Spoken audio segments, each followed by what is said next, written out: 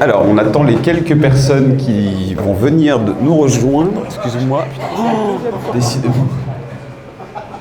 Ouais, décidément, on a un problème avec Marie-Louise, c'est la deuxième fois. Autour du café.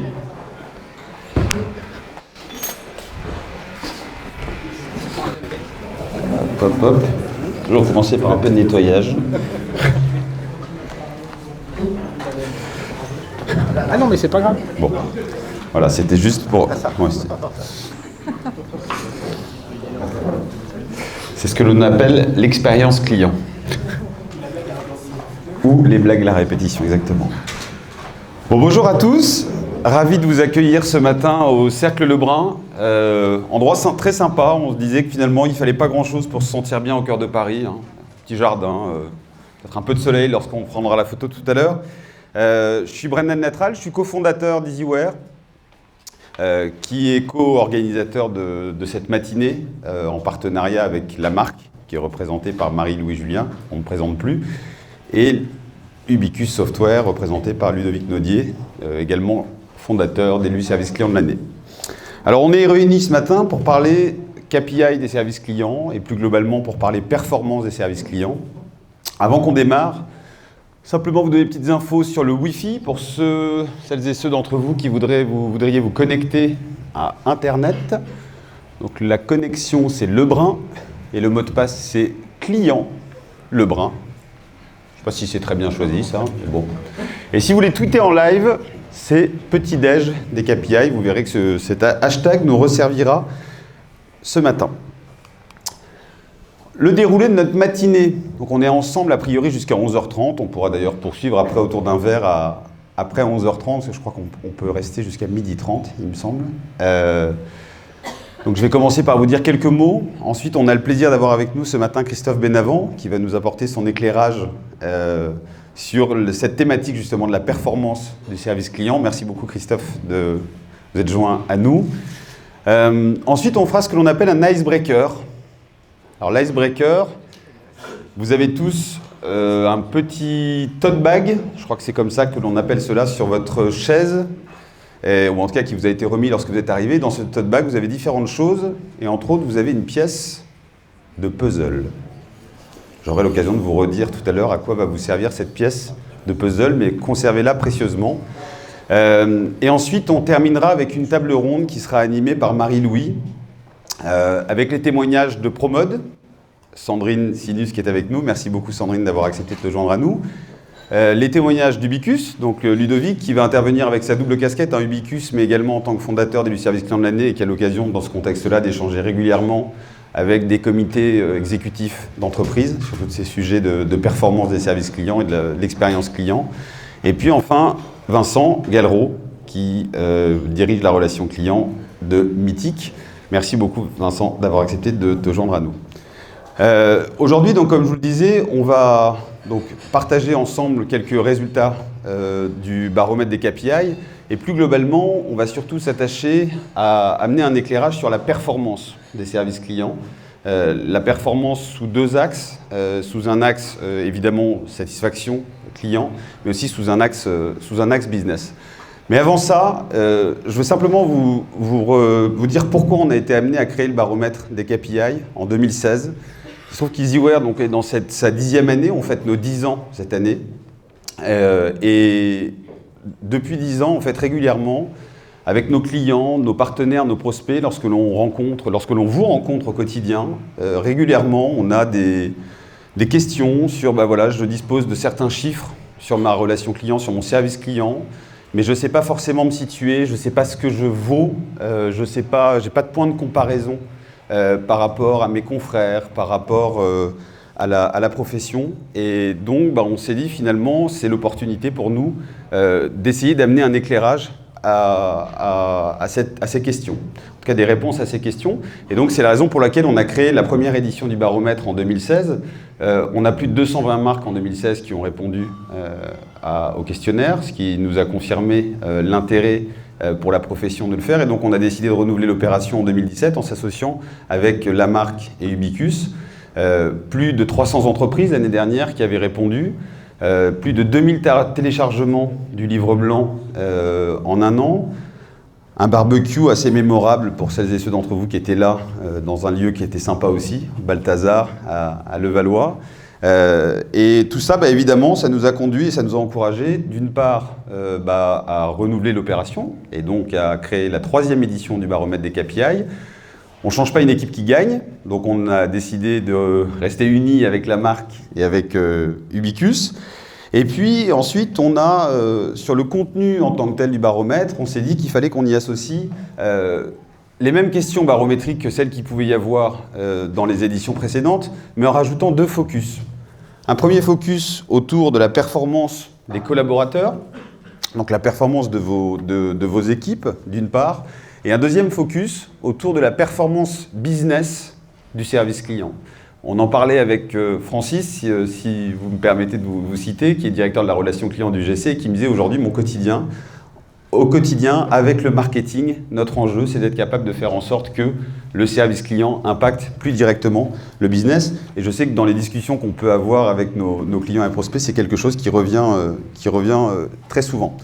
Alors pourquoi les rajouter, ces 2 focus? Parce qu'on s'était rendu compte dans les 2 premières éditions que finalement, c'était des indicateurs qui étaient très souvent absents du tableau de bord qui était suivi par les responsables de service client. On en a eu, je dirais malheureusement, confirmation cette année dans les résultats. On s'est rendu compte que finalement, c'était à nouveau des KPI qui soulignaient une vision très opérationnelle et quantitative de la performance. Et que finalement, du coup, ces résultats, ils ne reflètent que partiellement la contribution globale que peut avoir un service client sur une marque, sur une entreprise. On revient souvent dans cette logique de centre de coût, plus que dans cette logique d'un centre qui est orienté vers la performance, vers la création de valeur. Et puis c'est aussi probablement révélateur d'un décalage entre le discours ambiant sur le rôle central que joue le service client dans l'expérience client. On l'entend quotidiennement, l'expérience client, la fidélisation, tous ces sujets. Et finalement, peut-être le niveau de maturité réelle des services clients. Dans le métier, on parle tous de satisfaction client, on parle tous de symétrie des attentions, on parle tous d'expérience client. Mais dans bien des cas, il faut reconnaître qu'on est à la ramasse sur les fondamentaux du service client, les temps de réponse, les durées de traitement, l'accès à la connaissance client. Mais ça, j'aurai l'occasion de vous en dire quelques mots par la suite. Avant ça, je voulais partager avec vous ce qui semble pour nous être une vision équilibrée de la performance d'un service client. Christophe aura l'occasion d'en reparler dans sa présentation par la suite, donc et il le fera probablement beaucoup plus brillamment que moi. Mais je voulais simplement partager avec vous ce qui nous semble être une approche qui pourrait vous aider au quotidien à travailler justement sur la performance de votre service client et cela de façon plus équilibrée. Cette approche, c'est le Balance Scorecard, que certains d'entre vous connaissent probablement, qui a été créé au début des années 90 par David Norton et Robert Kaplan, et qui est articulé autour de 4 dimensions. 4 dimensions clés de la performance. La première, c'est celle des processus internes, celle que vous voyez en bas à droite. Et ces processus internes, finalement, c'est tout ce qui relève de l'efficacité opérationnelle. Et finalement, ça, vous le mesurez plutôt bien, tous ces sujets-là. Toute cette dimension opérationnelle, elle est plutôt bien mesurée. La deuxième, c'est celle du client, la dimension client. Ça, là, on parle de la performance qui est perçue par vos clients, celle que vous mesurez au travers des indices de satisfaction, le NPS, la CSAT, par exemple, ou des indicateurs plus complexes. La troisième, c'est la dimension apprentissage organisationnel. D'ailleurs, j'aurais pu les faire dans l'ordre parce que je finirais par finance, mais l'apprentissage organisationnel qui finalement est probablement sur des sujets plus abstraits, comme la montée en compétences de vos équipes, comme le développement de la culture client, mais qui est essentiel. On sait qu'on est dans un métier, dans une profession où le turnover est important, où il est difficile de fidéliser les équipes, et pourtant c'est probablement clé pour être capable de délivrer une qualité de service qui soit au rendez-vous, et cela de façon constante. Donc c'est cette troisième dimension qu'il est extrêmement important de suivre. Et puis la dernière, c'est la dimension financière, celle qui doit vous permettre de vous rendre crédible aux yeux de votre direction générale, parce que, quoi qu'on en dise, c'est souvent l'élément qui est de qu'est-ce que ça rapporte à l'entreprise. Là aussi, si Francis me permet de le citer, Francis me disait ce matin que lorsqu'il avait expliqué au patron du GC qu'il aimerait bien ouvrir le canal Twitter, sa première réponse a été « mais qu'est-ce que ça va me rapporter? En quoi ça va me remplir mes cinémas ?» Et un mois après, le patron disait qu'il fallait le faire, et il me semble que le lendemain même, il disait comment ça se fait que ça ne soit pas encore en place. Voilà. Donc tout ça pour vous souligner que cette dimension financière, elle est probablement extrêmement importante. À ne pas, et probablement, en fait, il ne faut pas être orienté que, évidemment, sur cette culture financière. C'est souvent le risque, d'ailleurs, hein, c'est d'aller vers les extrêmes, c'est-à-dire de passer de quelque chose de très opérationnel pour aller vers quelque chose de très financier. Et je pense que Christophe aura l'occasion de nous en reparler, de ce sujet-là. Voilà, donc je voulais partager ces quelques points sur cette dimension plutôt théorique, mais néanmoins importante, sur cette logique qui doit vous permettre de vous positionner à la fois comme des bons gestionnaires, parce que c'est souvent dans cette case-là que l'on cherche à vous mettre au sein de vos entreprises, mais aussi comme stratège. On va maintenant passer aux quelques chiffres issus du baromètre que l'on souhaitait partager avec vous ce matin. Alors l'année dernière, dans les remarques que l'on avait eues à l'issue de la présentation, c'était finalement on a eu très peu de chiffres durant la matinée. Et donc on s'est posé la question cette année de comment on avait envie de gérer cette situation. Alors on aurait pu évidemment vous dérouler 75 slides avec plein de chiffres, vous auriez sorti vos téléphones, j'ai vu que certains d'entre vous l'avaient déjà fait, vous auriez pris des photos, vous auriez commencé à tweeter, etc. On a décidé de faire plus simple que ça, de vous dire que vous alliez recevoir tous en début d'après-midi le lien pour télécharger le livre blanc. Une cinquantaine de pages, truffées de chiffres, truffées d'astuces, truffées de témoignages. Et donc, l'idée, c'est plutôt de se concentrer sur quelques chiffres qui nous ont marqués. Le premier, et le chiffre dont on aurait pu parler pendant des heures, c'est quel est selon vous le pourcentage des entreprises qui répondent en 3 minutes ou plus au téléphone ? 3 minutes ou plus. Personne, non, de toute façon j'imagine évidemment, personne ne répond en 3 minutes ou plus au téléphone, parce que tout le monde a une performance opérationnelle absolument dingue. La réponse, c'est 46% des entreprises qui répondent en 3 minutes ou plus. Alors lorsqu'on a vu ce chiffre, je me suis dit finalement, comment on peut tous se rendre compte de ce que c'est que 3 minutes ? On aurait pu faire 3 minutes de silence. Chanter une chanson. Chanter une chanson. S'applaudir pendant 3 minutes. C'était la certitude qu'on n'avait plus de main à la fin. Donc finalement, voilà, le point, c'est de se dire, et c'était simplement ça, c'était de se dire que ça rejoint l'un des sujets que j'abordais précédemment, c'est de se dire quels sont les moyens que ces grandes entreprises, ou que les entreprises tout court d'ailleurs, mettent en place pour être capables de répondre justement dans des délais plus courts. Ça m'ennuie parce qu'en fait, on en parle tout le temps, chaque fois qu'on va dans des conférences et qu'on parle de l'excellence en termes de service client. Alors à l'époque, on parlait toujours de Nespresso, je ne sais pas si vous vous souvenez. C'est qui la référence ? C'est Nespresso, Nespresso et Nespresso. Maintenant, on parle d'une autre entreprise, Amazon. Donc le Parisien, en février 2018, ils ont fait une petite étude justement sur ce sujet. Et en l'occurrence, ils se sont rendus compte qu'Amazon répondait en moins de 22 secondes. Voilà. Ça, c'était la première chose qu'on voulait partager avec vous. La deuxième chose qu'on voulait partager avec vous, c'était au sujet de la DMT. La fameuse DMT, la durée moyenne de traitement. Est-ce que vous savez le nombre de personnes qui évaluent la performance de leurs conseillers au travers de la DMT, donc de la durée moyenne de traitement ? 70%. Qui dit mieux ? Heureusement, enfin, de mon point de vue en tout cas, c'est moins que ça, c'est 36%. Alors ça, c'est pourquoi on a voulu partager avec vous ce point-là, parce que, en fait, à vrai dire, je trouve que ça n'a aucun sens de mesurer la performance de vos conseillers sur la base de la DMT. La DMT, c'est probablement très bien pour prévoir, pour planifier, pour dimensionner les équipes. Donc là aussi, on en revient toujours au même, sur les sujets opérationnels, et c'est évidemment indispensable. En revanche, en faire un indicateur individuel de performance, ouais, c'est pas top. Voilà. Donc on va se fixer l'objectif l'année prochaine d'avoir un chiffre plus bas. Ensuite, le troisième point dont on voulait parler avec vous, il faut que je le dise bien parce qu'hier en répétant, on m'a dit que j'avais rien compris, qu'on n'avait rien compris à ce que je disais, c'était le once and done. Où est Ludo?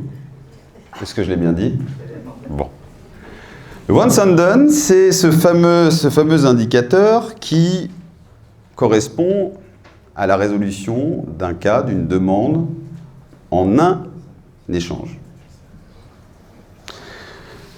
Alors là, il y a des écarts de dingue entre les objectifs que les entreprises se fixent et la réalité. Selon vous, combien d'entreprises, combien de pourcents des services clients n'atteignent pas les objectifs de once and done qu'elles se fixent? 80%?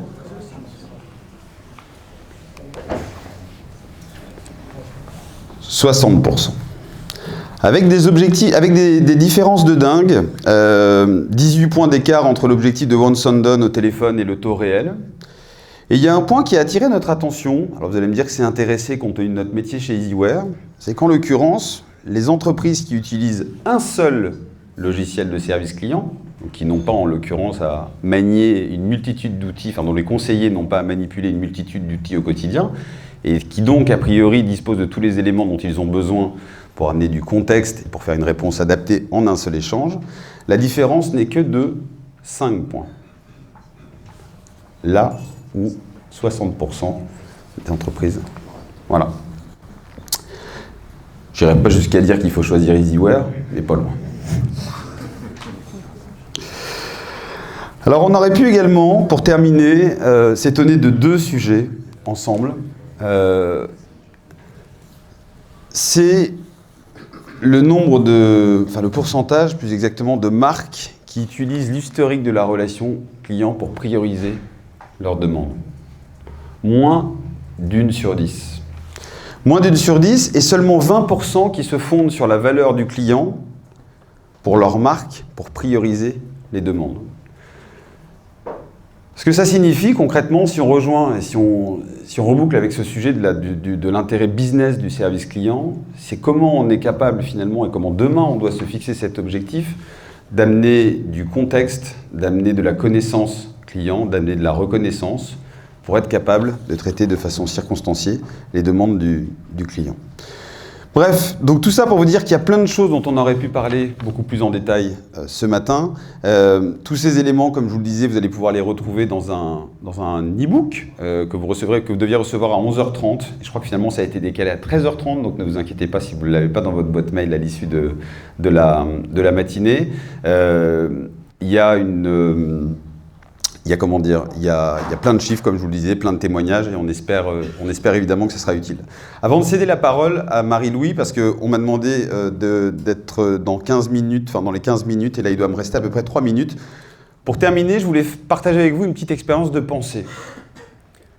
Cette petite expérience de pensée, elle tourne autour du puzzle, qui est un fil conducteur de la matinée. Et là, je vais vous demander, j'irai pas jusqu'à demander de fermer les yeux, mais pas loin, finalement. Imaginez que je vous propose de construire un puzzle de moins de 1000 pièces, en moins de 5 minutes, mais avec le modèle.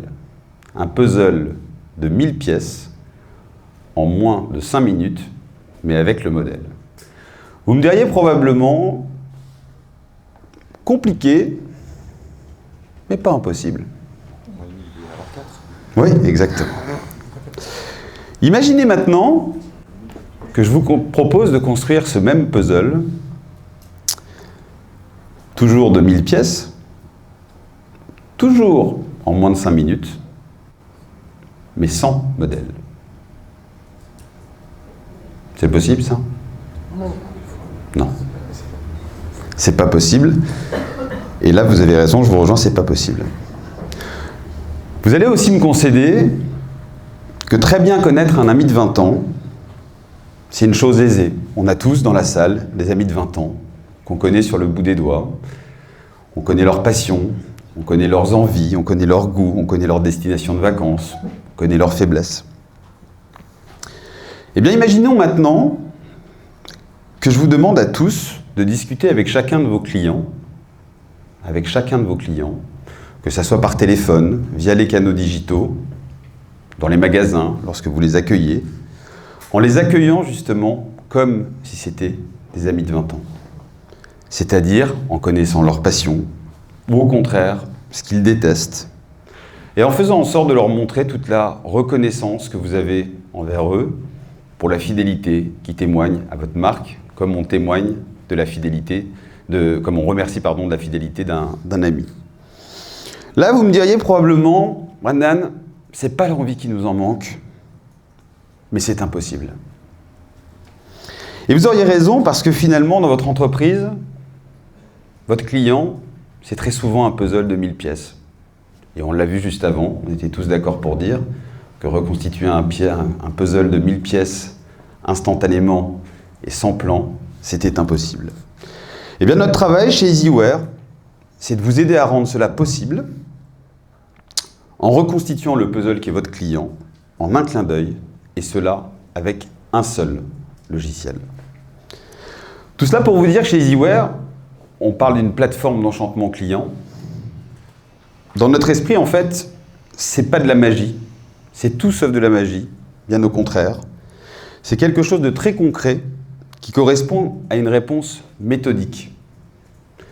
Et cette réponse méthodique, c'est celle qui permet à nos clients, je pense à Mythique, je pense au Galeries Lafayette, je pense à Promote, je pense à Etam, je pense à la Gendarmerie nationale, je ne sais pas s'ils sont avec nous ce matin. C'est cette réponse méthodique qui permet à nos clients d'accompagner brillamment leurs clients au quotidien. Et nous les en remercions pour ça. Voilà, je vous remercie et je transmets la parole à Marie-Louise.